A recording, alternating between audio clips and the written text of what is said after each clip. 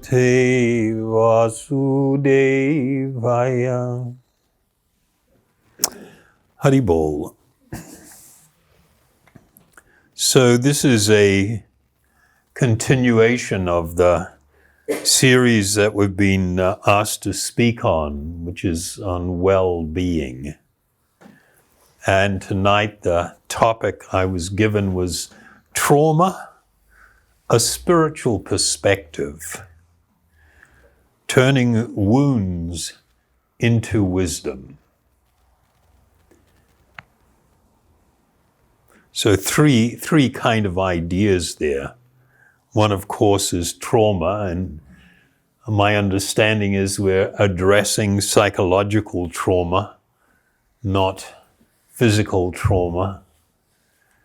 And a spiritual perspective would, of course, mean that perhaps we're going to look at things in a different way.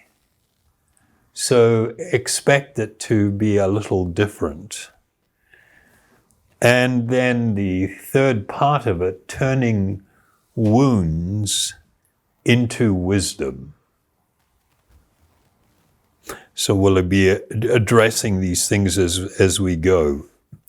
So firstly, the definition of trauma that's generally accepted. Psychological trauma is a lasting emotional response. So that's one part. To deeply distressing events that overwhelm a person's ability to cope, often resulting in fear, helplessness, and long-term dysfunction. So that's the definition we're going with. So I just have a little admission to make, just so nobody's in the illusion. I'm not a certified health professional, okay? And nor am I offering or proposing any specific type of therapy.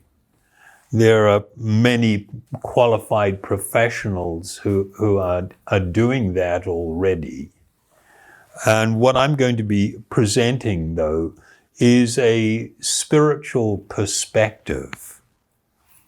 And this perspective, some people may find helpful. I'm not going to insist it's the only perspective, or it's the right perspective, for instance, or anything like that. There are different perspectives, and I will share something that is from a very ancient source of wisdom that people might find beneficial. So I'm going to premise what we're going to discuss on two things. The first one is in all of the Dharmic traditions, meaning Buddhism, Hinduism, Sikhism, Jainism, all of the different Dharmic traditions and beyond, there is a little bit of a formula that's embraced. And the formula is this: ignorance equals pain and suffering. That if I am experiencing pain and suffering in my life, to the degree that I am being impacted by that, I will be fundamentally embracing something that is actually untrue as being true. That might sound a little shocking to some people, but I promise if you are patient and open and continue to listen, you will come to perhaps begin to appreciate that reality. The other thing that's fundamental to our conversation, our discussion, is that what I'm going to broadly describe as material existence and spiritual life, they have two completely different underlying paradigms. A lot of people, when we raise these terms like materialistic or materialism or spirituality, people kind of, they have some sort of idea what that means. But many people are not actually very clear on the subject. Whereas in the tradition that we are coming from, they are two distinct energies. The energy of life and that which is comprised of atomic particles and reactions in between atomic particles. And they're two distinctly different forms of energy. They have different characteristics. Another thing that we'll sort of explore to some degree is what the mind is and the role that it plays in our happiness. It's kind of mind-blowing that the mind is so influential. It is so dominant in everyone's life, like to this really massive degree. And yet a lot of people, and I'm talking about high-level professionals, struggle to clearly define what the mind is and how it's connected with the body. There are many people who mistakenly think the mind is a function of the brain. But very high-level neurologists say, no, that's not a fact. The mind is not a function of the brain, and they don't know exactly what it is. So you've got experiments that some of them have done in part of doing neurosurgery, where they absolutely know that a certain part of the brain is associated with certain types of thoughts or ideas or recollections and things. And when they perform a lot of brain surgery, the patient is required to be conscious. They, of course, sedate the area that they're operating on. But because when they start removing part of the brain, they want to make sure they're not going too far, in the wrong direction and causing substantial injury. And so they're conversing with the patient while they're operating. And this surgeon, one of the top surgeons in the world, he says he's just astounded how so many times he's been removing a portion of the brain that is said to be associated with and responsible for certain types of thinking and stuff. And yet, here they are removing it, and the person is still having that function, that capacity. And so he said it's just utterly astonishing for somebody that is deeply involved in this field to come to the appreciation and the understanding that the mind is actually not a function of the brain. And it's sort of like they're not very clear about it. You have situations, for instance, there was one famous situation where you had Siamese twins that shared a brain. They were co-joined in the body, the upper part of the body and the head. And they shared a brain. And yet they're two different personalities. They have two different kinds of likes and dislikes.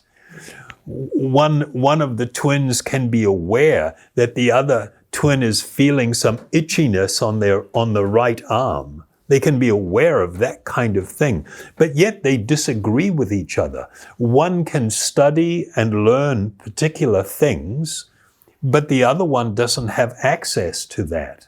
They have their own interests and they're studying and learning something else. And so when you read these kind of studies, it's sort of like, it's really confounding for most people because of a lack of real clarity as to what is the mind exactly. How is it connected with the physical body? And how does that all work?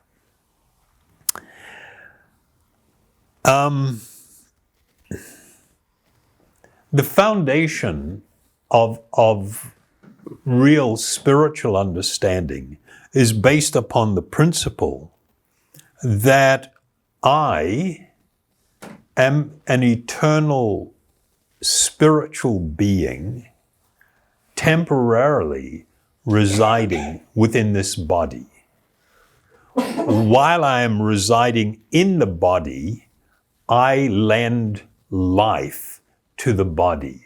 The body displays symptoms of life. It functions in a way that it shouldn't on many levels. It doesn't follow the second principle of thermodynamics, but anyway, we won't get into all this stuff.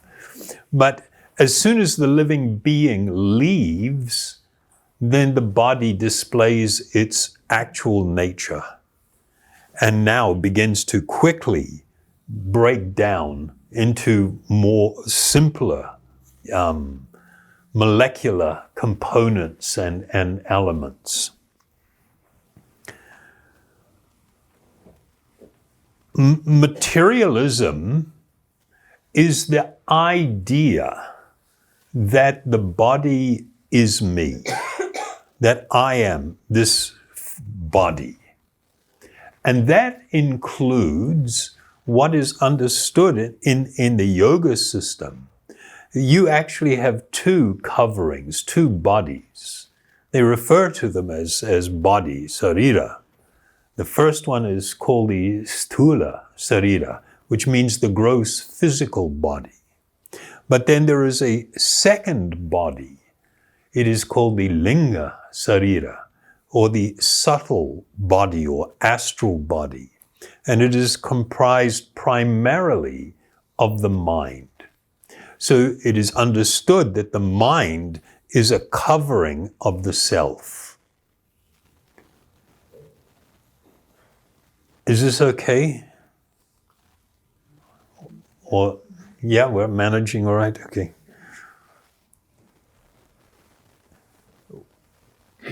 Proof that I am not the mind and I am separate from the mind is I can try to control my mind.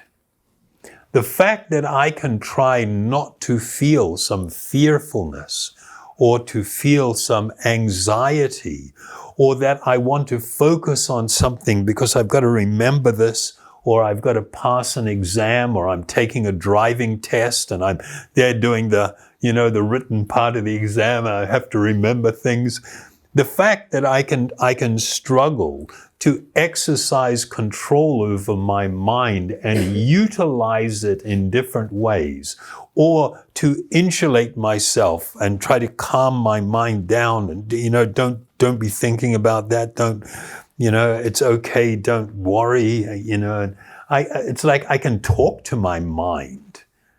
The fact that I can even attempt to do any of this is proof that the mind is not me.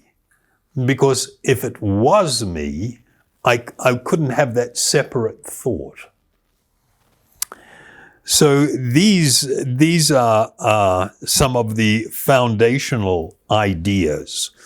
The fact that all all living beings, with very few exceptions, the fact that everybody identifies the body as being the self doesn't make it true. It is just a very popular idea that people are deeply immersed in and deeply confounded by. And of course, we know that that is the foundation for all unhappiness, at least according to the ancient rishis, the great saintly teachers from time immemorial. They have presented this understanding. One of my spiritual teachers has stated, the more one is freed from material identification, the more one can realize that the spirit soul is qualitatively as good as the supreme soul. So the point being, the more a person can come to experience the reality of their spiritual existence, how they are existing apart from this body. We are not dependent on the body for life. The body is dependent upon us for life. The symptoms of life disappear as soon as the living being leaves. In Sanskrit, the term for the spiritual being, they don't use a word like soul. They use a word Atma. This word Atma, it literally means the self, who you are, the self. So in this subject of dealing with trauma, I just let you know, I've done already previously a series of 7 different talks in a series called Weathering a Storm. And I did this early on in the COVID pandemic. Do we still remember that, or we forgot already? I mean, it was like everybody was losing the plot and flipping out and doing all of these, 6 feet distance, like that's going to stop you from catching COVID and all kinds of weird stuff. And people were really stressed and in panic, and there was all this imposition, you have to stay home, you can't go out, you can't go to public places. And it was having a pretty heavy effect on many people in society. And so that spurred me to do this series. However, this is not specifically about or related to COVID, that whole COVID epidemic. This is about life. This is about the things people will face. It's absolutely essential not to live in a fantasy land. This world is not perfect. There is fundamentally probably more unhappiness than there is happiness. Sorry, that sounds like a bummer, but you got to get with the program. I mean, how much time are we immersed in extraordinary happiness in one day? If you do the math, how many minutes in the day and how many of those minutes was I elated in happiness? It's kind of like, oh my God, this is not looking very good when you look at the math. It's pretty ridiculous. But we're constantly remembering past things and hoping for future experiences. But in reality, life, you must expect that it's going to be challenging, to say the least. Life is filled with challenges. There is no perfection in the material world. Perfection lies in that which is spiritual, that which is eternal, that which is temporary, constantly changing. You know, when we try to extract the happiness that we seek from it, more often than not, you will be disappointed or at least a little let down. You know, it's not what's promised on social media and in advertising. So being very realistic about life is actually really important for your health and well-being, mental and physical. So in this series, which I called Weathering a Storm, I'll put a little link when I post this video. I'll put a link to the series, and anybody that's interested, you can go check it out. So the first talk, the title was "This Too Shall Pass." This is profound, this idea. And this is really, really important to be able to actually grasp this idea and see it in relation to my life and things that I may be going through. This too shall pass. And they used to have a saying in the days of sailing ships. It's like there was no GPS, there was no radar, there was no communication to get weather reports. You're just sailing along blind, heading towards your goal. And then suddenly, unexpectedly, you begin to see indications on the horizon of, we got a problem. And along comes a powerful storm. And fundamentally, what they would have to do in a powerful storm, one person may be above deck, and their job, and they're often tied up there to the wheel, trying to sort of like keep the boat somewhat on course. Everybody else they've tied all the sails, and they've gone below deck, and they've closed the hatches, and they do what's called batten the hatches. They put a batten through the handles so it can't fly open, because there's going to be enormous amounts of water washing over the deck. And they just have to sit down there and ride it out, knowing eventually this too shall pass. This is not a bad strategy for dealing with things. To find some equilibrium, to find a place where you can begin to sort of like refocus and not get swept away by what's happening. Then the second talk is on the serenity prayer. Very simple prayer.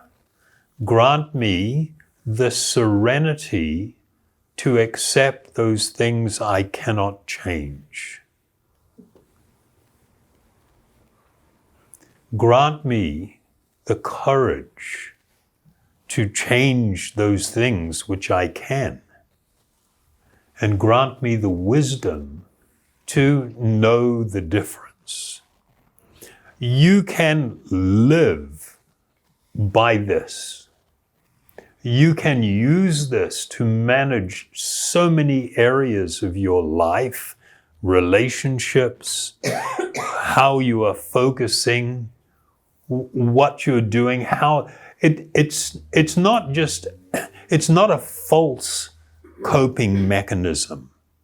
Like sometimes, people will put an elastic band on their wrist, and when they get all kind of like they're getting overly anxious, they start pulling it, and the pain from that sort of snaps them out of their mind going down a thing that's not good for them. That doesn't solve the problem. It may distract you, but it doesn't really solve anything. But if you're doing other things that, to make it so that you can cope, then it's a good idea. This serenity prayer is something that you can actually use to begin to address your life and things that you are encountering and be able to make things better. Then the third talk was on taking back my life, regaining control. And that could apply to so many things and mean so many things. But fundamentally, it was about not becoming a victim of one's emotions and fears. Learning how to step back and take a deep breath and to consciously begin to consider, how should I deal with this situation or this person or whatever? How should I deal with it in a way that will produce a good outcome for me? The way that we often address things and anger is, when people get into fights and then you get this rising emotion of anger, and then you end up saying things that will never make your life better, and it will never make your relationship better. It will never help with what's going on. But we say it anyway because we've lost control. And so this is about not being overly responsive to emotions, being able to step back from things and thoughtfully consider, how should I address this to at least not make it worse, and hopefully make it a little bit better? What can I do? And of course, we're not trained to be this conscious, this thoughtful, which is really problematic. So then, fourth one was my choices, my life. I don't know why I married you, because you made the choice. You decided. You chose to be blind. Even when you saw signs that, whoa, this looks a bit dangerous, your desire for something was so strong that you became a creature who was hoping against hope. Even though I see all the danger signs, I'm just going to jump and do it anyway. And I'll fix them later when we get married. I'll whip them into shape. I'll change the way that they're thinking and whatever. And it's just like, what? A fundamental reality is, and this is the way I used to start the programs that I ran in prison. I'd ask everybody, how many of you guys sitting here actually had a plan that on this day, at this time, you were going to be sitting here in this prison? Was that anybody's plan? And everybody laughs. They think it's because it's ridiculous. Nobody has a plan to go to prison. And I said, well, doesn't that indicate to you that you've lost control of your life? Because you are engaging in actions, you are making choices where you desired another kind of outcome. But this is what you got. It means you've lost control. You're not making choices that produce good outcomes. And when we become too emotional in our response to things, we're never going to make good choices. And my fundamental advice to people in a heightened state of emotions, don't speak. Don't make a decision. Don't take any action. You need to go away and calm way down. And when you've calmed way down, to begin to consider, how should I deal with this that will make my life better? It's so important to recognize that wherever we're finding ourselves in life, we cannot deny that our role in making choices, making decisions, choosing to do things. Maybe we were naive, maybe we were ignorant, but that doesn't mean that you escape the consequences of choices.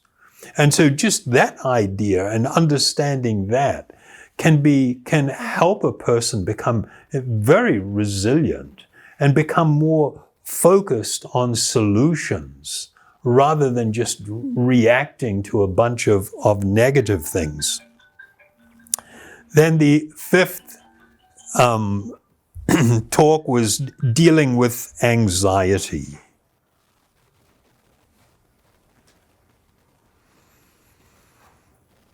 I'll just read a little thing I did.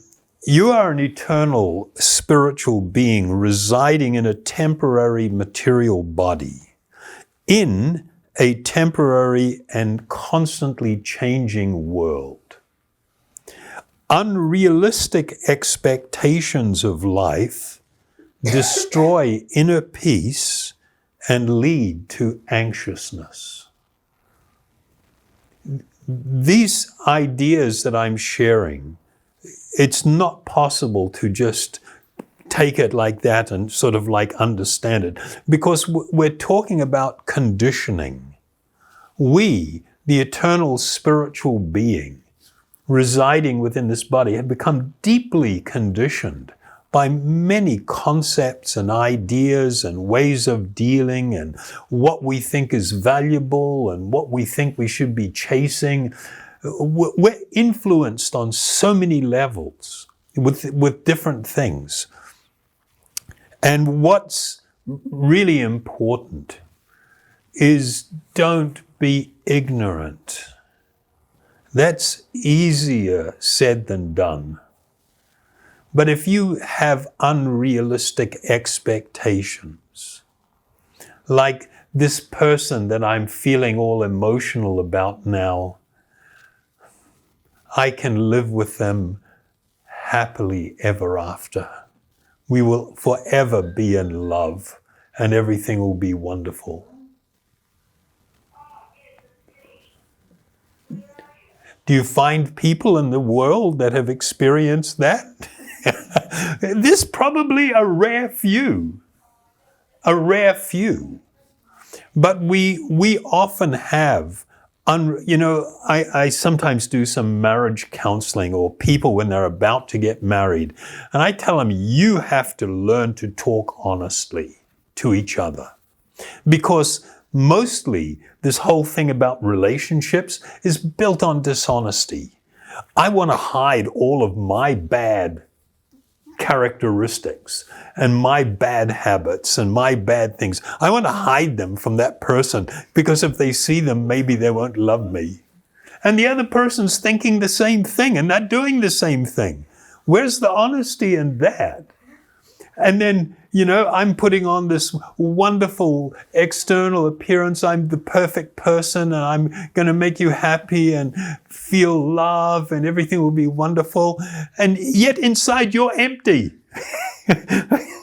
How can you share something that you don't have? Sorry. You want to live a good, healthy, and happy life. Being realistic is really important. Coming to grips with reality. So, talk number 6 was building sandcastles on the shore. This is not a viable strategy to live a good and happy life. Right? We did that when we were kids. I don't know, some people might be still doing it. You go to the beach and everybody, works so hard to build this, wow, awesome sandcastle. And then the tide comes in and washes it away. Does that sound like life? A lot of people experience this type of thing. A lot. And so being realistic and not not building sandcastles on the shore and expecting that's going to be there forever is critical. And then the last one, number 7, was head in the sand is not a strategy. You know, a lot of people, when they encounter challenges and difficulties, then they just want to be like, you know, put their head in the sand and pretend it's not there. I can't hear you, I can't hear you. You know, like that's going to make any difference. It doesn't make any difference. You have to actually begin to face challenges that you are encountering in your life and examine, am I expecting too much? Am I, you know, this big subject, and I've spent too long speaking on these things anyway. But you may find that this series is extremely helpful, even related to the subject that we're talking about, because the subject is complex. In terms of the wisdom aspect of things, turning wounds into wisdom, this is a consistent message in the ancient yogic and Vedic texts.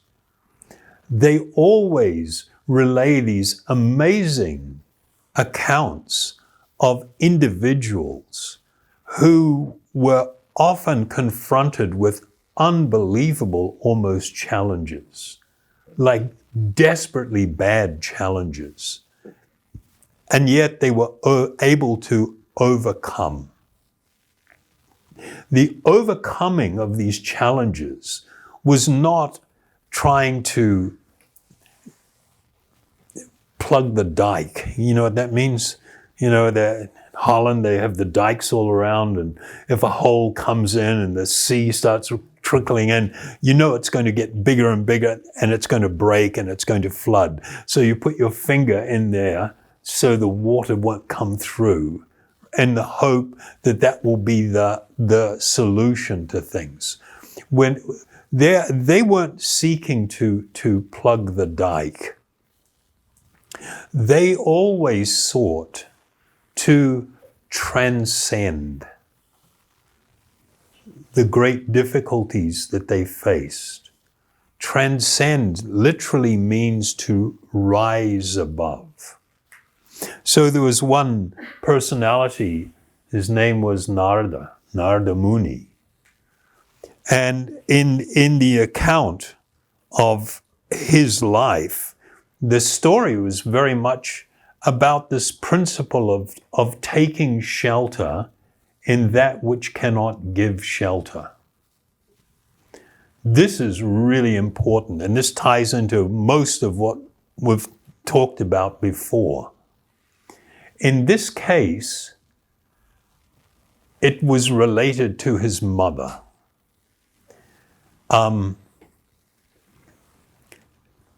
Is it too hot with the door closed? Or yeah, it's better with it open, yeah. So,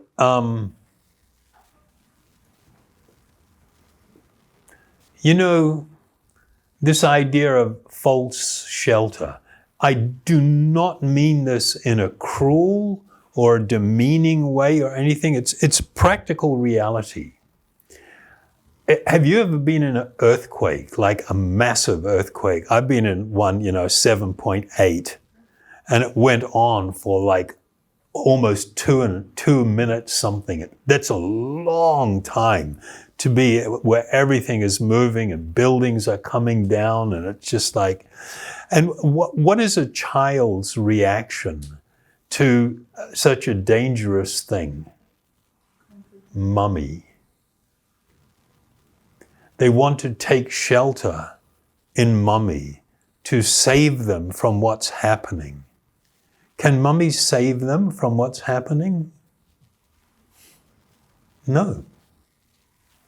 Even if the child races to the mother's arms, if they're in a situation where a building's coming down or what, they're not safe. I know this sounds rather disturbing to a lot of people. Hey, this is the nature of the world in which we live. And the idea of false shelter is the idea of becoming very clear as to where I should place my trust, where I can find actual shelter. And not just because I have an attachment or a belief that I will be protected in something that therefore I will be. That's not the reality. Is this okay, talking about this? Anybody? Yeah. So there is a text in an ancient scripture, a Vedic text called the Bhagavad Purana, that addresses this. And I'll read you the translation. Persons devoid of Atma Tattva. Sorry, you probably don't have a clue what that means. Atma means the self, to your own spiritual self. And Tattva means the truth about the actual self. So people who are devoid of Atma Tattva, or truth about the actual self, do not inquire into the problems of life, being too attached to the fallible soldiers like the body, the children and wife. And although sufficiently experienced, they still do not see their inevitable destruction. And I'm sitting here going like, for me, this is just like really cool. You guys might be terrorized by hearing this. I don't know. It's just like, it's so blunt and to the point. But can I say, it is also incredibly compassionate. The desire of the ancient teachers, when they put forward these teachings, was to see that people become completely relieved from all suffering and all unhappiness. But they are laying down a fundamental principle. If you are going to be overly absorbed in the outer covering, the body, considering it to be the self, if you are going to look at this world as your home, a place that is safe and secure, that your relationships are going to last forever, that's an illusion. It's not really like that. Does that mean you should turn your back on everything? No. You should learn how to cultivate a good understanding of life, its purpose, relationships, all of these things. So the reference that's used in a couple of places, fallible soldiers. You know, you get somebody like, they surround themselves with bodyguards, you know, soldiers with all these guns, and they think that they're safe. Are they safe from cancer? Are they safe from a motor vehicle accident? Are they safe from, you know, getting hit with a missile? Of course not.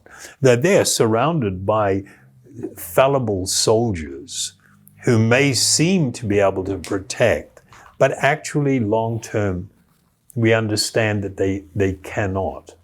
And so when we take shelter and place our unlimited faith in that which cannot give us shelter, we are certain to experience unhappiness.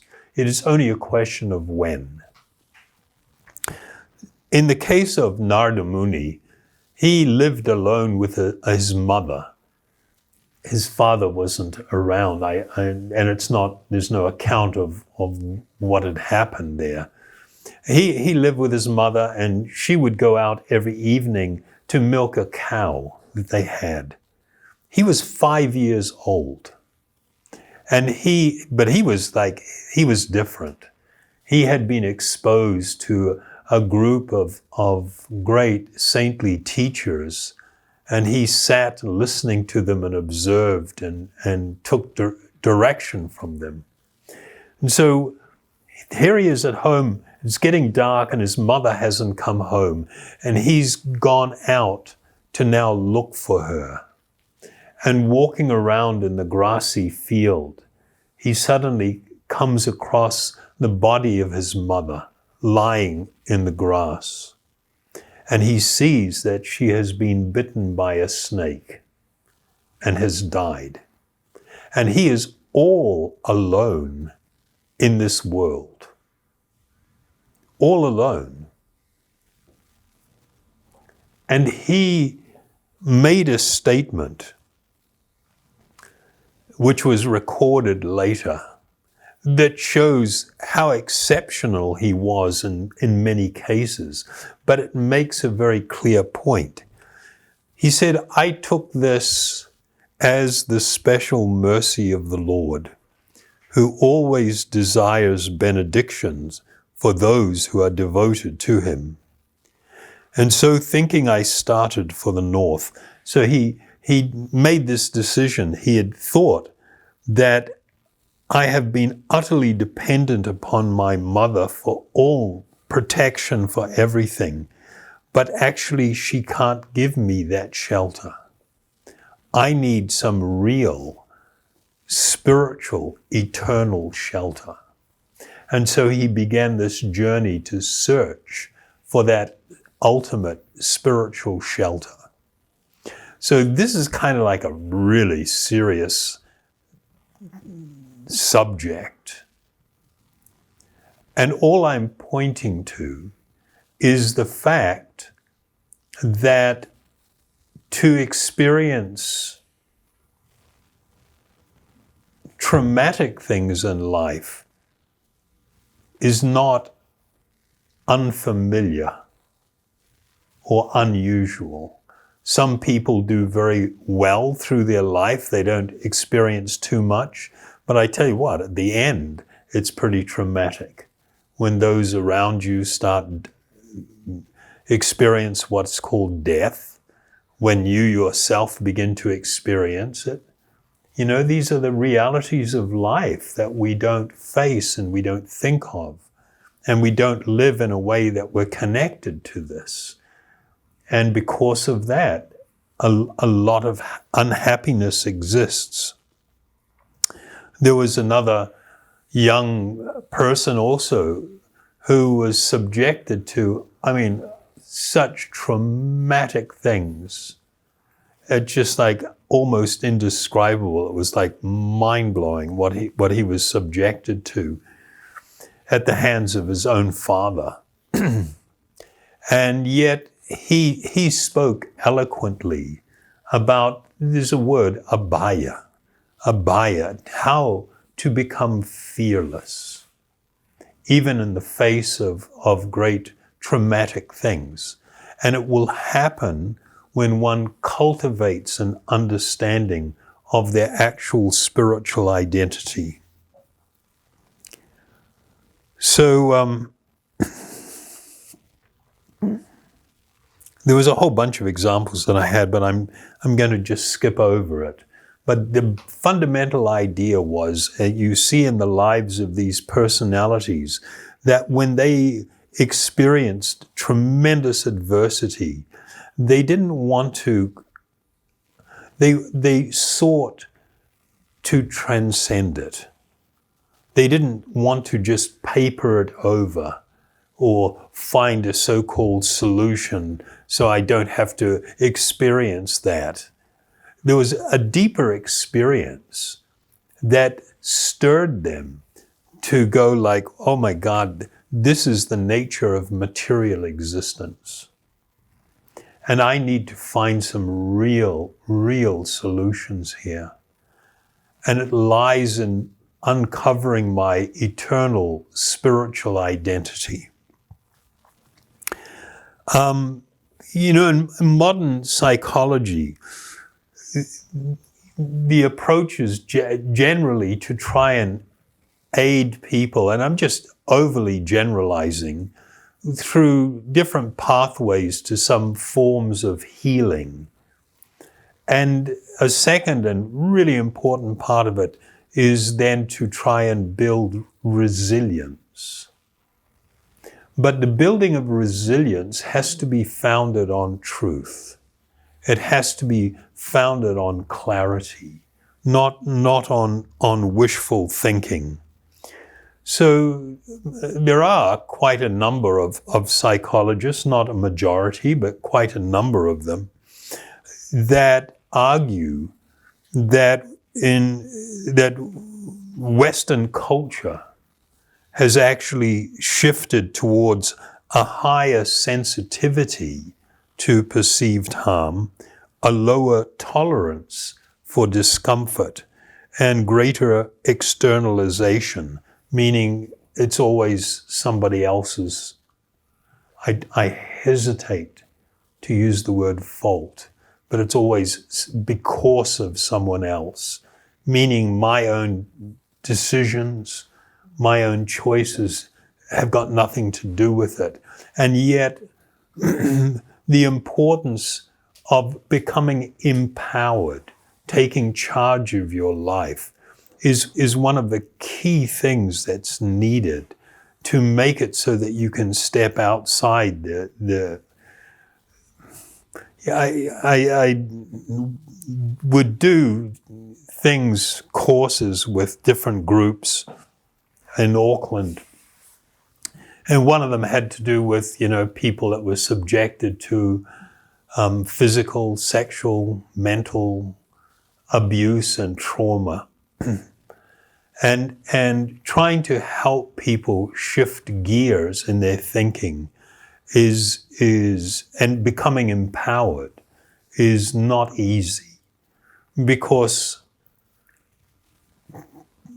sometimes it's hard for people to hear what's been proposed. For instance, one of the things that we would deal with over the period of this, these course we would do, is to do with forgiveness, which is a massive subject all on its own. But as soon as I raise the word forgiveness, I've had people just stand up and leave the room, sometimes in tears.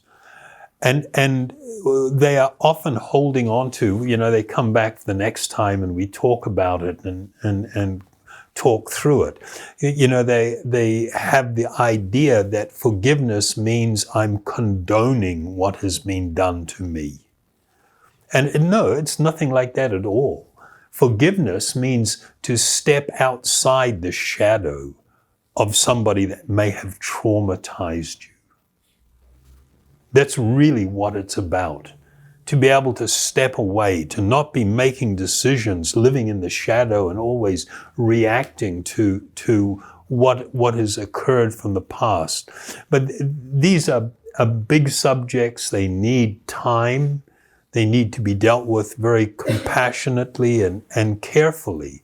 But to be realistic about things is very important.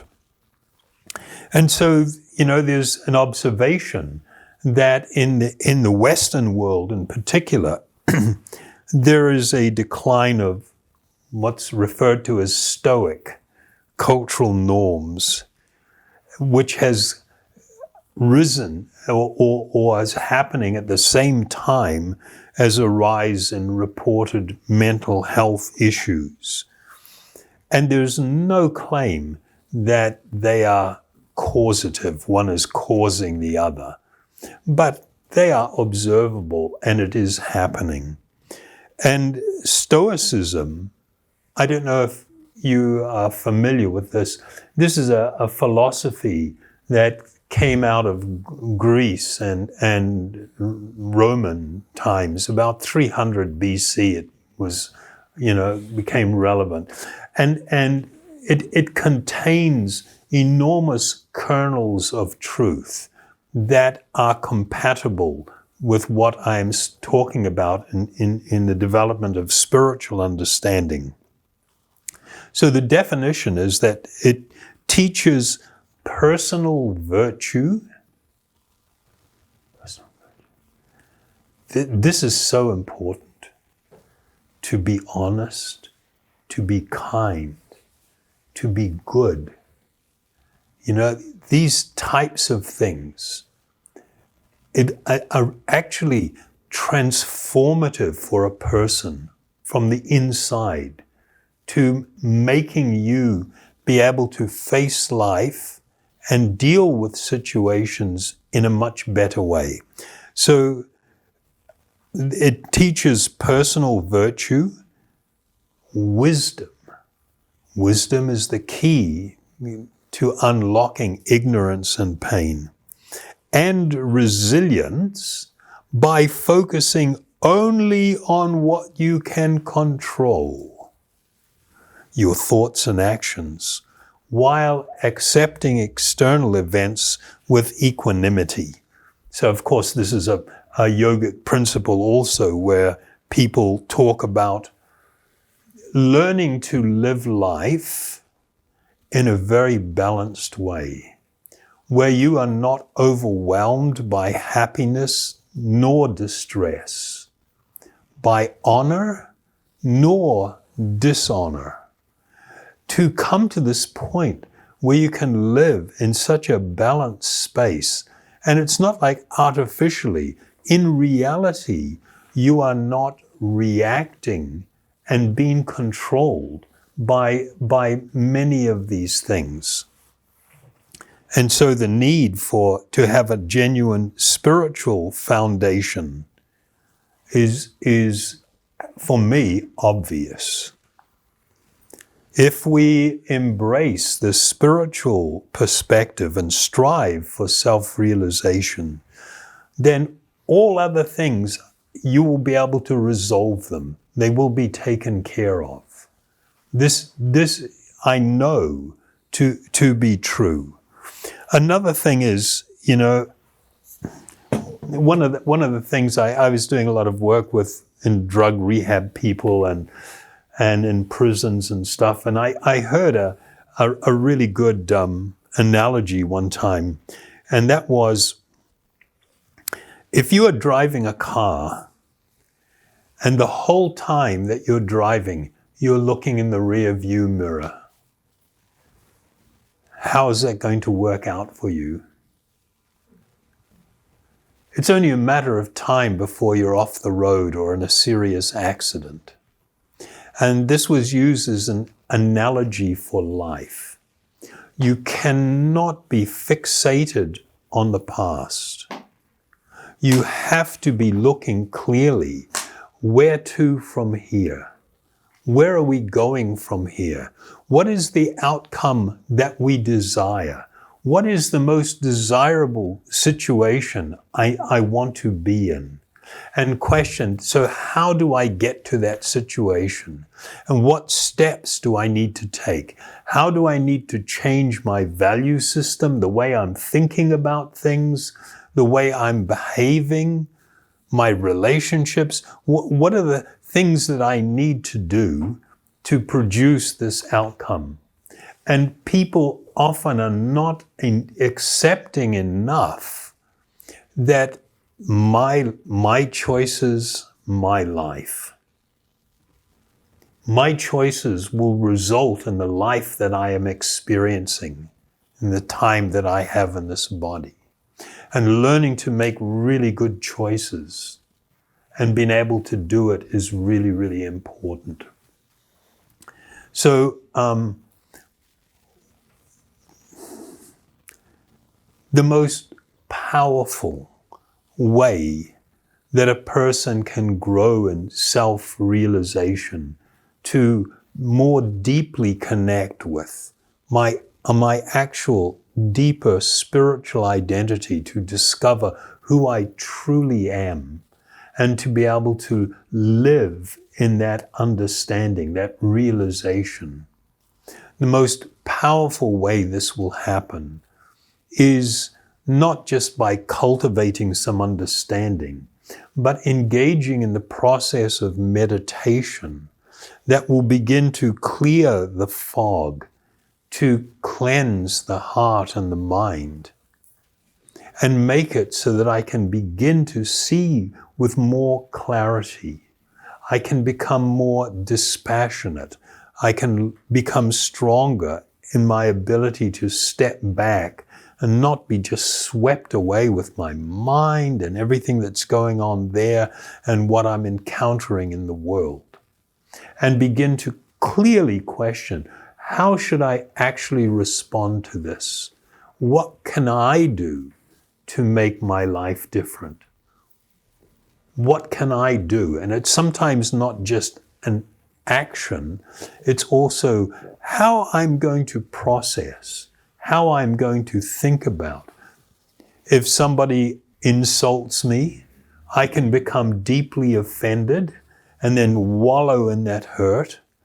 Or I can say, you know, why am I going to surrender my heart and my mind to that person? They are not interested in my well-being. They are speaking badly of me.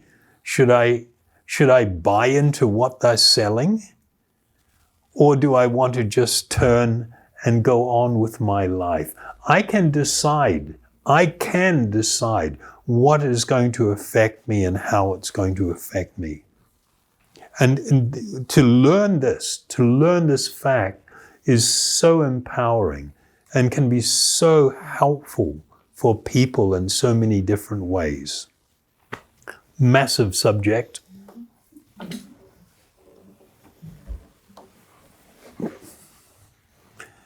What I'm going to ask you is, this process of meditation is a process. It's not a mental activity.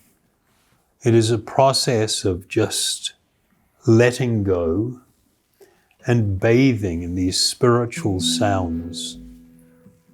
Let them wash over our heart and our mind and bring about the transformation that make it so we can take more charge, more control of our life, and live in a way that produces something very desirable, something very wonderful. So I will use the Maha Mantra, the Hare Krishna mantra.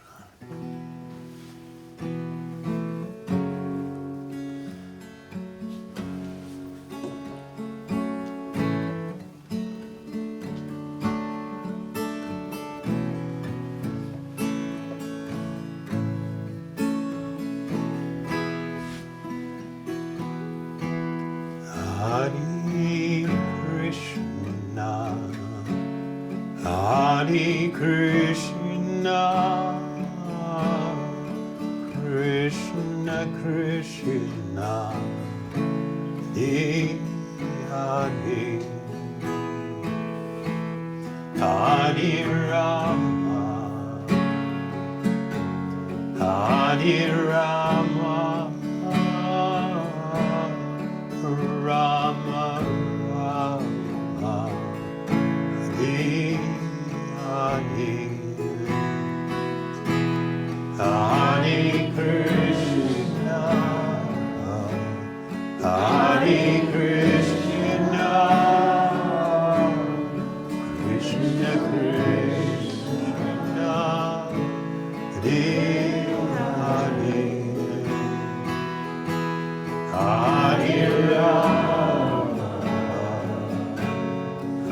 Hare Rama,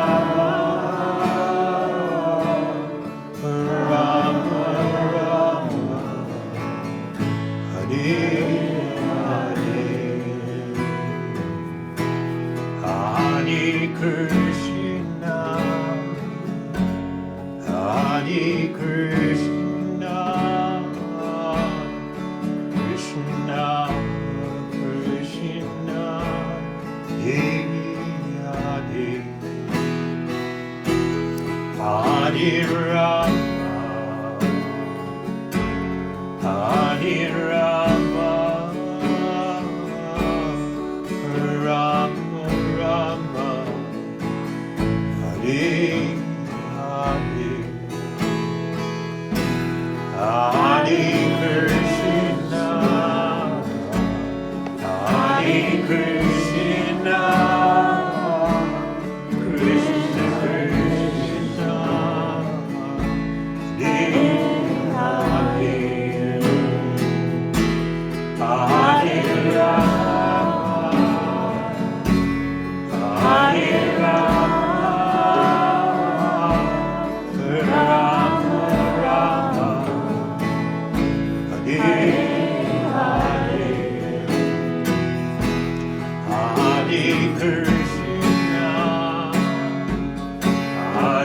Krishna, Krishna, Krishna, Hare Hare, Hare Rama, Hare Rama, Rama Rama, Hare Hare, Hare Krishna, Hare Krishna, Krishna Krishna, Hare Hare, Hare Rama, Hare Rama,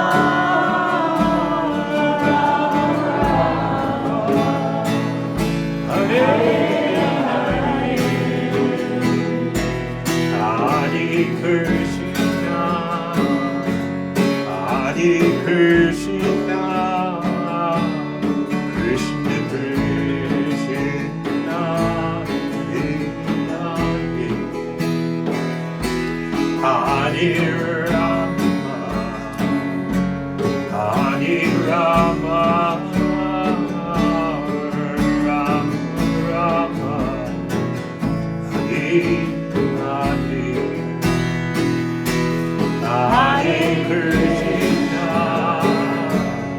Hare Krishna, Krishna Krishna, Hare Hare,